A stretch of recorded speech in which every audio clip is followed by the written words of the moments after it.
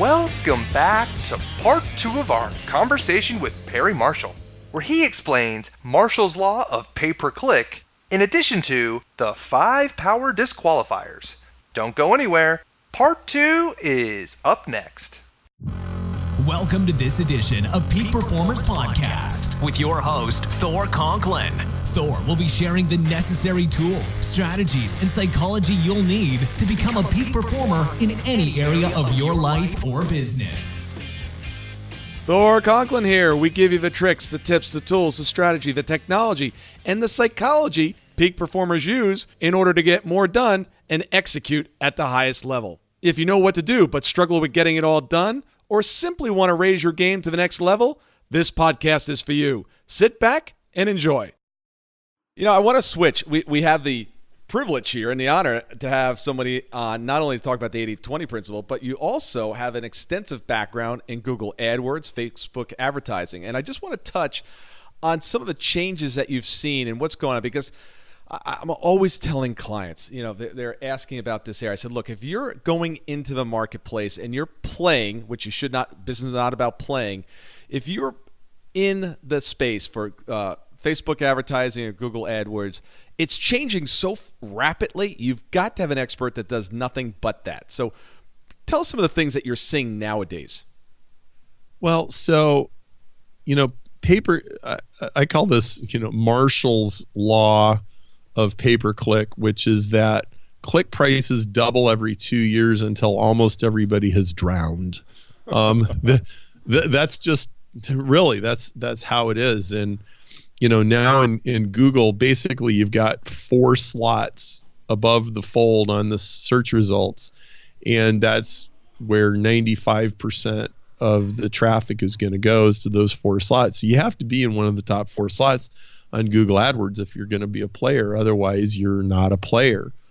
Well, so first off, what that means is that don't bring a knife to a gunfight. And man, lots of people make that mistake. They're like, oh, okay, well, you know, I can figure this out. And then, you know, they sign up, and then a Google rep calls them. Well, let me give you a little clue.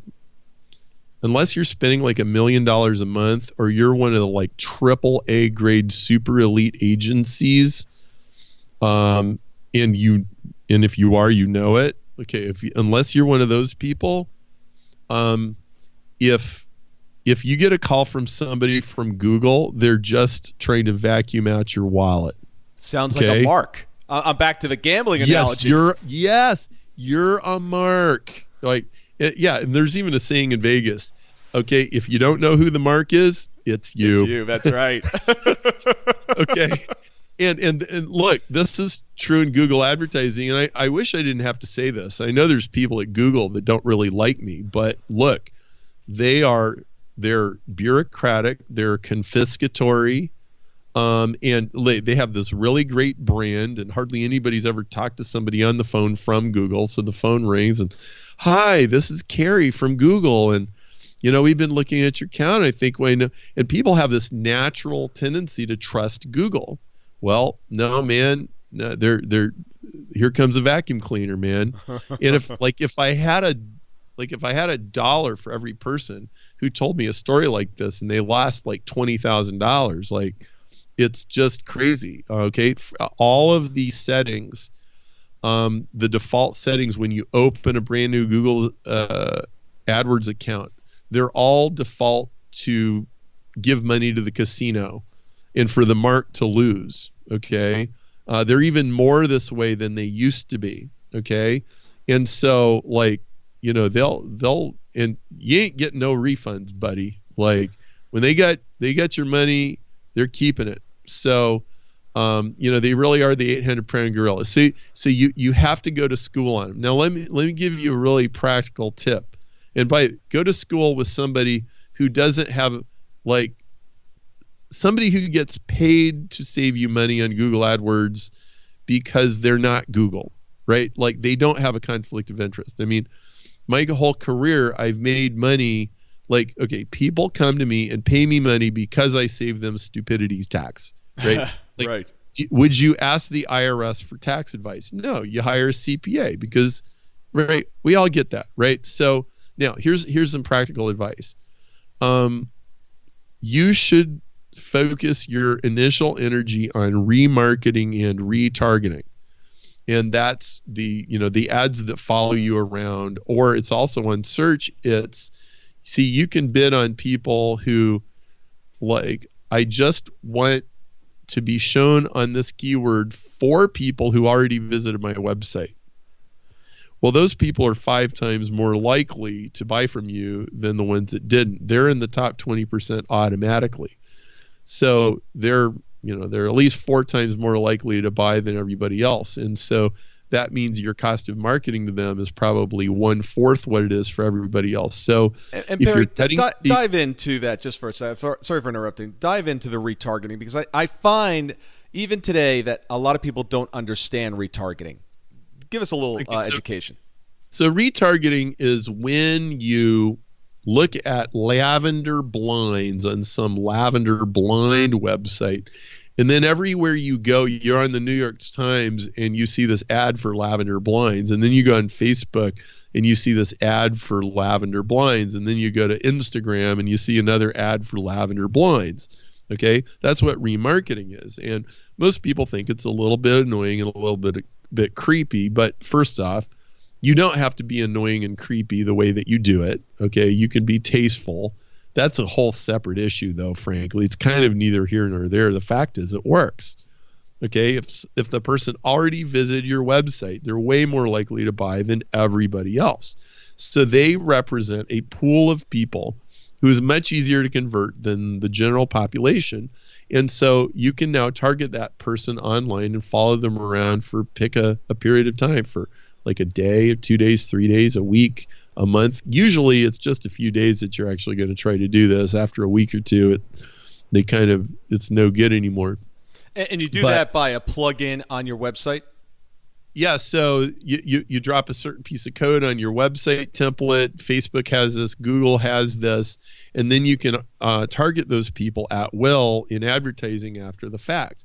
You can also target people differently, even just on the Google search engine. So if you sell dishwashers and a person's been to your site, then you can bid on dishwasher related keywords completely differently for people that have already visited your site than for everybody else. And what you're normally going to do is you're going to invest more heavily in getting them back and giving them the exact right experience, and that's money very well spent. So it's okay if you pay to get the right person to click on your ads, not once, but even 2 or 3 times. It's very 80-20. 80-20 says, well, if you get the right people, it's 16 times better than targeting the wrong people, right? So that's my advice really for Google or Facebook, is if you're getting started, you should actually start there with remarketing and retargeting, and then you slowly work your way into cold traffic, which is much harder. And this is a much better recipe of making sure that you don't get fleeced and lose all your money. I love the analogy there with Vegas and cocking or what you call it? Cocking the shotgun. Racking the shotgun. Racking the shotgun. And that's such a distinctive sound, by the way. If you've never heard one racked, you know what that sound is. It's very distinctive. Well, and everywhere in the world, shotguns are being racked, figuratively speaking, all the time. Okay. Every time people go click on a website somewhere, every time people spend money on their American Express card, every time somebody walks into a store, every time somebody issues a purchase order, they are racking a shotgun. Or every time they like or comment on something on Facebook, there's all these little signals all over the place. And most of us just think of it as activity that's going on around us. But a marketer sees it as all these activities are constantly separating the A group from the B group. And it's already being done. So all you have to do is engage with the data that's already happening out there. Okay, very seldom will you actually start something from scratch. And you look at this as a elimination and disqualification process. So let me be very specific what I mean about this. So John Paul Mendoza, the gambling guy that I told you about, he came up with this list of things, and he calls it the 5 power disqualifiers. And this is really profound, because these are the 5 things that are always true every time anything has ever been sold to anybody. Okay? And so number 1, they're only going to buy it if they have the money. Okay? If they don't have the money, they are not going to buy it. Okay? Now, I was kind of a coward when I was a new sales guy, and I was really intimidated about asking people, do you have the money? Do you have the budget? Well, this costs $8,000. If we can even solve your problem, this is going to cost $8,000. Do you have $8,000, or is that going to be a problem for you?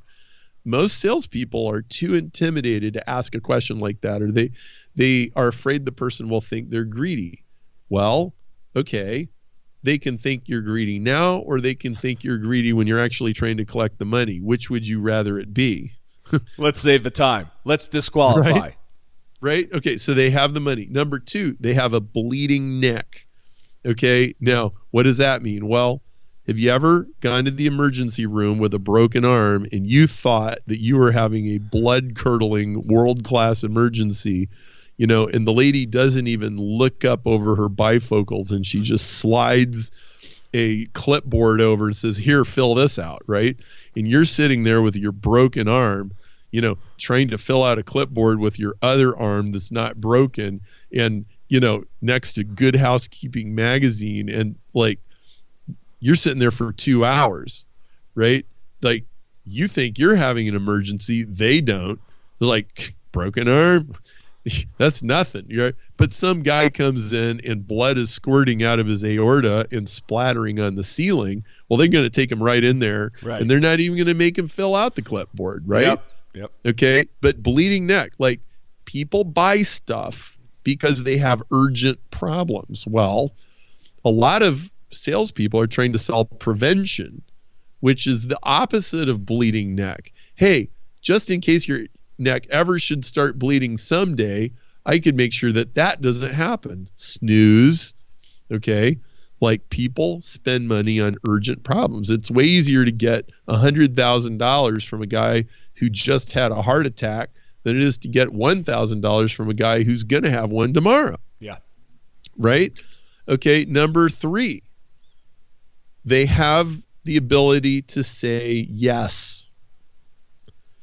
Oh my goodness, I don't know how many sales meetings I had, whether it was with a husband whose wife wasn't there, or if it was some engineer whose engineering manager wasn't there, or whatever, but they could stop me, they could say no, but they couldn't actually say yes. Like, well, you have to ask people, so do you have the ability to make this decision? Or are we going to have to talk to somebody else if this is ever going to happen? Well, you have to ask the question up front. That's number 3. The 4th power disqualifier is they really, truly buy into your unique selling proposition. Whatever it is you do that's unique, they buy into it. Okay, not somebody else's. And number 5, does this fit into their overall plans? It's like, well, yeah, I know you have a really great lawn service, but I'm moving to Boston next week, and I'm not going to need a lawn service. So, sorry, right? So those are the 5 power disqualifiers. Now, if you look at every sales situation that you're in, like, okay, do they have the money? Do they have a bleeding neck? Can they say yes? Does this fit in their overall plans? Do they buy into my USP? Well, only if all 5 of those criteria are met am I even going to expend the effort to sell them something. And you know what? This is really liberating. Yeah, absolutely. And that USP, I absolutely love that piece, because so often I see the USP, there's nothing unique about it. It's a selling proposition, but it's so generic. I had a woman that came, was asking some questions, said, I'm really having, she was a brilliant photographer, really, really talented. And she said, I'm having trouble selling my services to businesses in the area. I said, all right, send me your website. She's a wedding photographer. I'm like, of course you are. what business is going to hire someone to come in to take videography of their business when you're a wedding photographer? It's just not a match. Now if you were small business videography.com, now it's a fit. I see that so often that the USPs are just so broad to try to capture everybody instead of just the 20% that they don't capture anybody. Well, people in the 21st century won't do the mental logic arithmetic. So, actually, it's probably perfectly logical if you stop and think about it, that a wedding photographer could take great pictures of your business or your products or whatever. Of course it is. But people are very lazy, and they will not sit there and connect the dots. And so it's really important that, okay, maybe you're a photographer, you do 10 different things, and you need either 10 different websites or 10 different pages on your website. They're completely targeted differently. Okay, I do children, I do high school graduation photos, I do weddings, I do industrial products, I shoot video for trade shows, I do motion graphics. They're all different. Yeah, you've got to speak to your customer and who they are at their core. That's the way to close deals.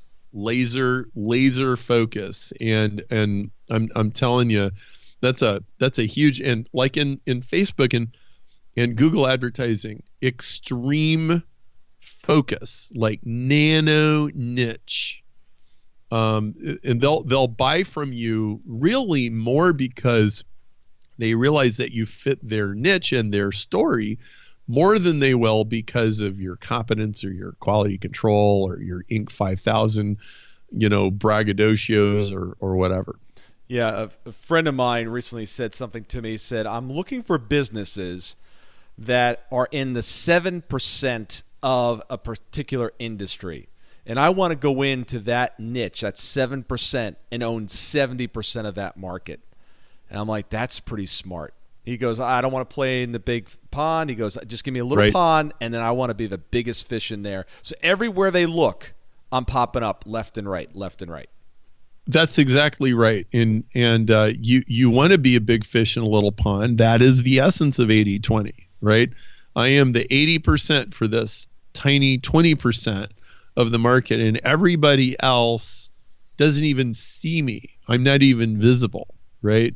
And so it's rifle shot precision targeting of an exact match customer. And it's so much easier when you do that.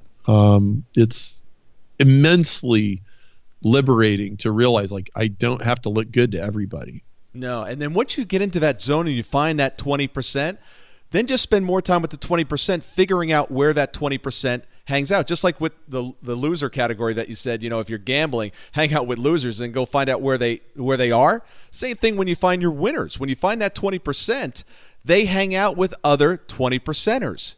You don't have to go looking for them everywhere. You'll know where to find them based on where they spend their time. That's correct. So, I really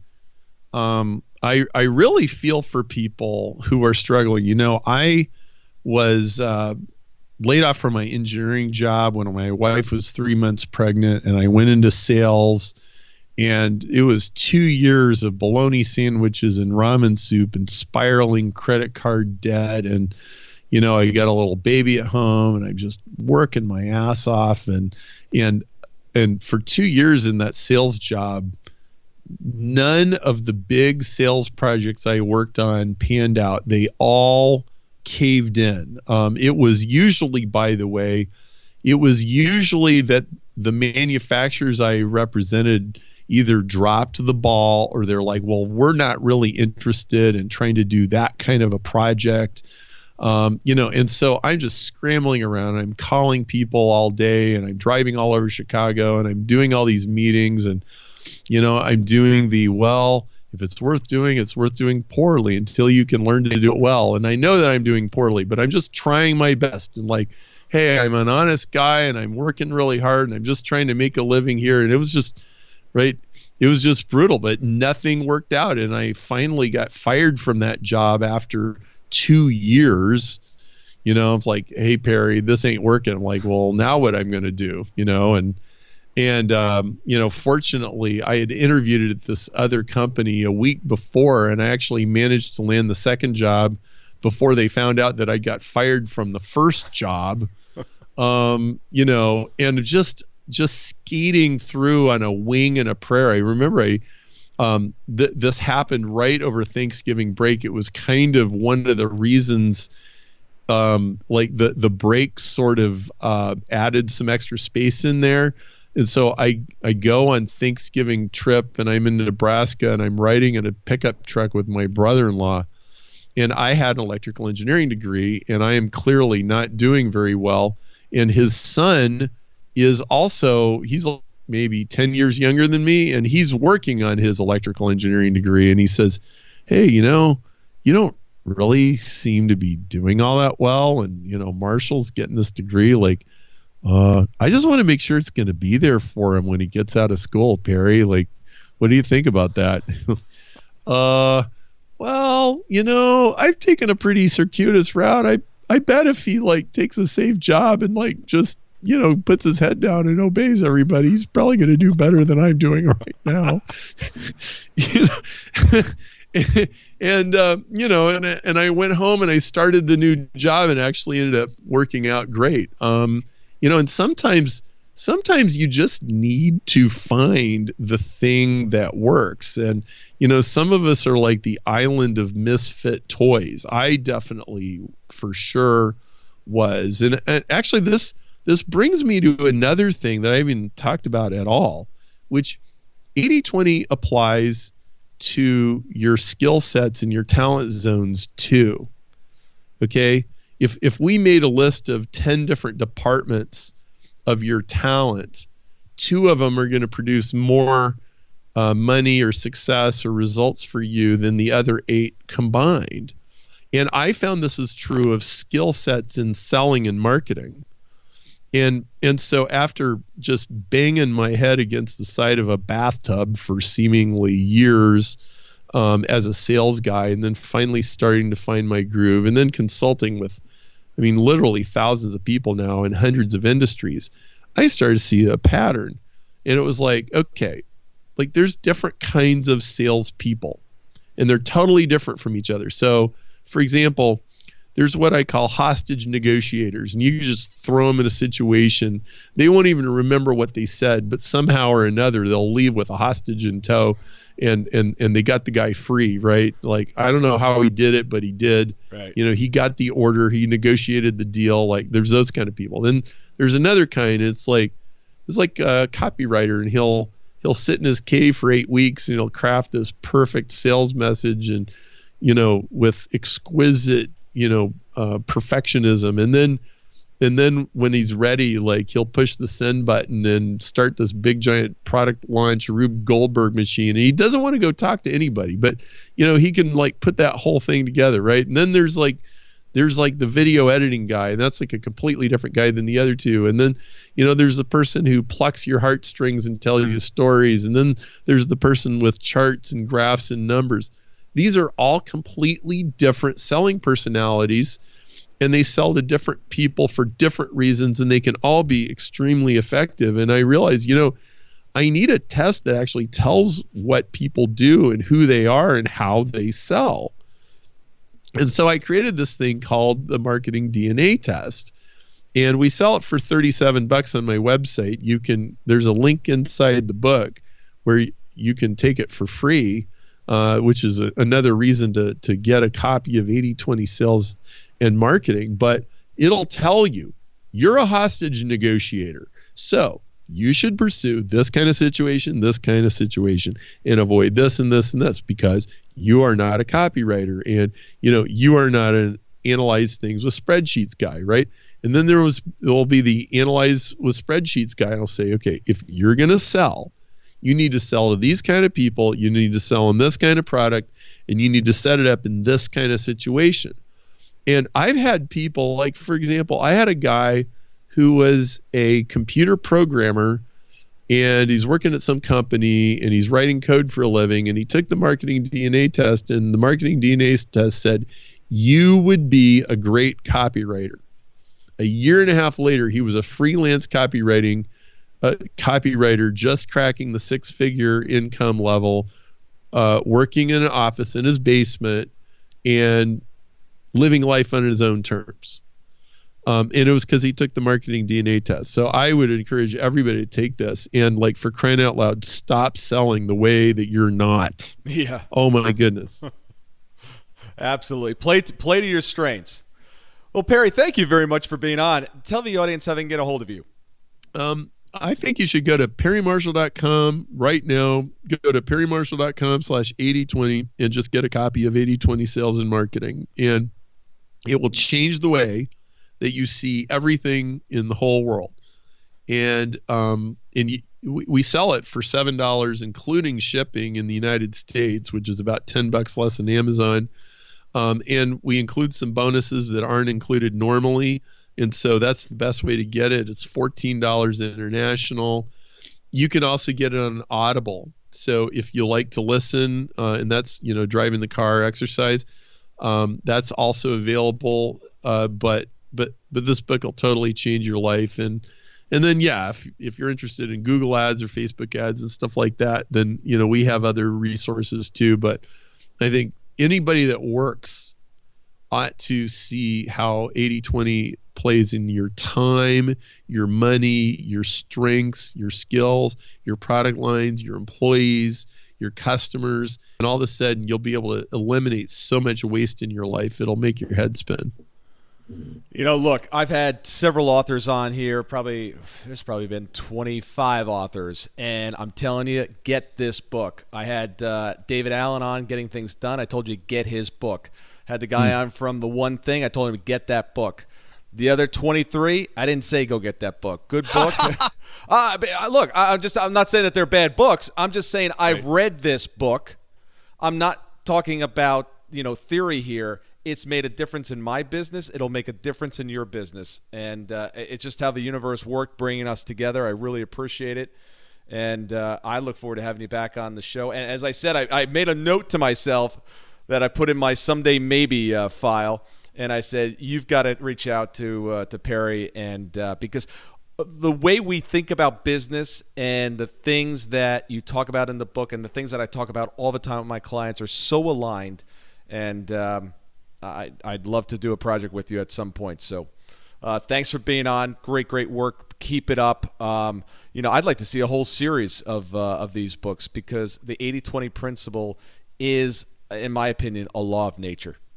It's a law of nature, and it's inexhaustible. Like when you, and this is the cool thing about it, when you take resources away from that wasteful 80% and you feed them into the 20, what happens is the 20 grows, and then you will find a new minority 20% in the 20% that then you can feed more resources into, and you have this automatic growth machine. So it's really trippy, but it's true. And Thor, I mean, I love your fast-paced questions, and the way you just kind of hopped around to different things, and these concepts are so important that I think, I wrote this book so I could save somebody from going through what I went through. It was way harder than I thought it was going to be.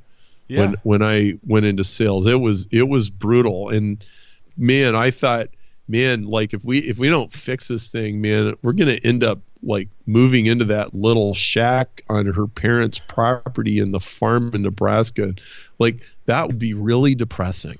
I really hope we don't have to do that, right? So if I can prevent some guy from moving into his father-in-law's shack on the farm in Nebraska, then I probably lived my life well, right? Yeah. Well, I think it's about life, and it's about giving.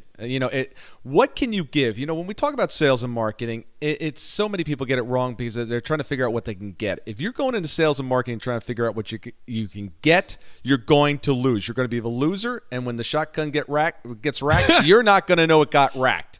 You've got to go in with, in my opinion, you got to go in giving.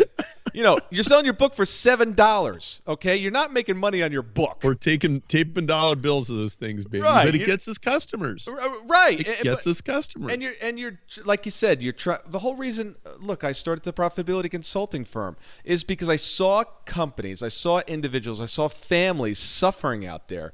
They had their own business, but man, they would have been better off working at McDonald's. I'm not. I don't mean to be disrespectful. There's nothing wrong with that, but there were people making minimum wage that were making more than they were. Look, I had a business that if I was making minimum wage, I would have been doing better.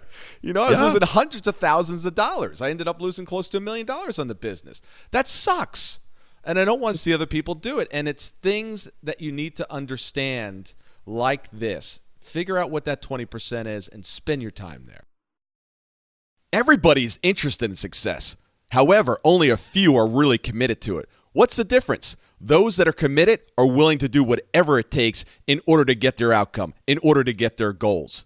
If you're not getting the results you need and want, chances are it's accountability. Who's holding you accountable? I've got a challenge for you. For 1 month, 30 days, and $95, our team will hold you accountable for what you said you were going to get done in that month to get your goals, get your outcomes done. If at the end of 30 days you don't like the results or you just didn't like the system, we'll give you your money back. The question is, are you interested or are you committed?